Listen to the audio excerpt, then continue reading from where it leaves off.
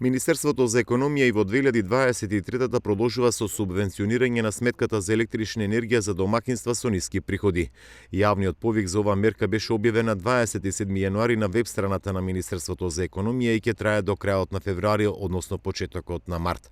За оваа мерка се обезбедени 60 милиони денари, а ќе се субвенционираат од 600 до 800 денари од сметката за електрична енергија на домакинства во зависност од вкупните месечни приходи кои ги остваруваат. Согласно јавниот повик, оваа година е зголемен прагот на вкупни приходи кои ги остваруваат домакинствата, а воведени се и нови категории на домакинства кои што ќе може да ја користат оваа мерка. Граѓаните кои минатата година добиваа субвенционирани сметки за електрична енергија ќе треба повторно да аплицираат на јавниот повик за повторно да добијат субвенција.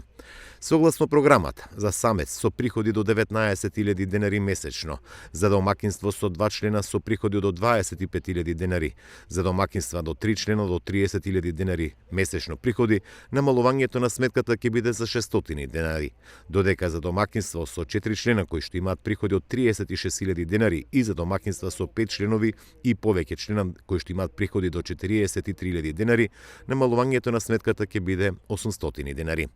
Оваа мерка годинава е проширена со други социјални ранливи категории лица, како што се корисници на правото на надоместок заради попреченост, самохрани родители кои не се евидентирани, корисници на гарантирана минимална помош и корисници на право на надомест за телесно оштетување.